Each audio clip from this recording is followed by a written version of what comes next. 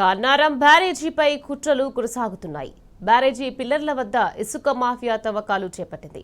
నిబంధనలు తుంగలో తొక్కిన ఇసుక మాఫియా తవ్వకాలు కొనసాగుతున్నాయి. బ్యారేజీ నుంచి 500 మీటర్లు ఆఫ్ స్ట్రీమ్, డౌన్ స్ట్రీమ్ ఇసుక తవ్వకాలు చేపట్టదని నిబంధనలు ఉన్నాయి. ఇసుక బుకింగ్ చేసుకున్న లారీలు నేరుగా నది లోపలికి వెళ్లొద్దనే నిబంధనలు బేఖతారు చేస్తున్నారు. రూల్స్ బ్రేక్ చేసి ఇసుక దళాలు రెచ్చిపోతున్నారు.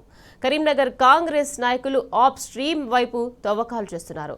నల్గొండ సీనియర్ మంత్రి సోదరులు డౌన్ స్ట్రీమ్ వైపు తవ్వకాలు చేస్తున్నారు.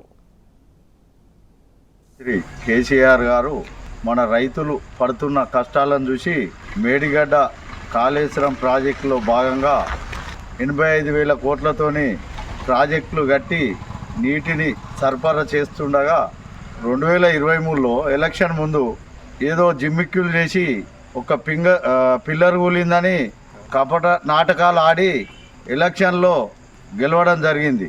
అదేవిధంగా ఈరోజు అన్నారం బ్యారేజీలో టైము ఏళ్ళ పాళ్ళ లేకుండా ఉష్కను ఇష్టారాజ్యంగా సరఫరా చేస్తాను. ఈ కాంగ్రెస్ నాయకులు అదుపు అడ్డు లేకుండా పిల్లర్ల దగ్గరనే కమర్షియల్ లారీలు పెట్టి పొక్లైన్లతో రింపి పంపుతున్నారు. ఇది ఎంతవరకు సమంజసమని మేము అడుగుతున్నాం.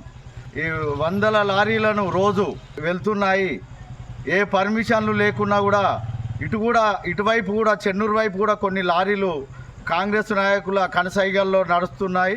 కాంగ్రెస్ ప్రభుత్వం వచ్చింది దోపిడీ కోసమేనా అని అడుగుతున్నాం. అంటే మా రైతుల గోస చూడాలని గోస కోసమే మీరు చేస్తున్నారు. అంటే కేసీఆర్ కోసం నామరూపాలు లేకుండా చేస్తా అనుకుంటే ఇలా కేసీఆర్ ఆకాశానికి ఎగురుతున్నాడు.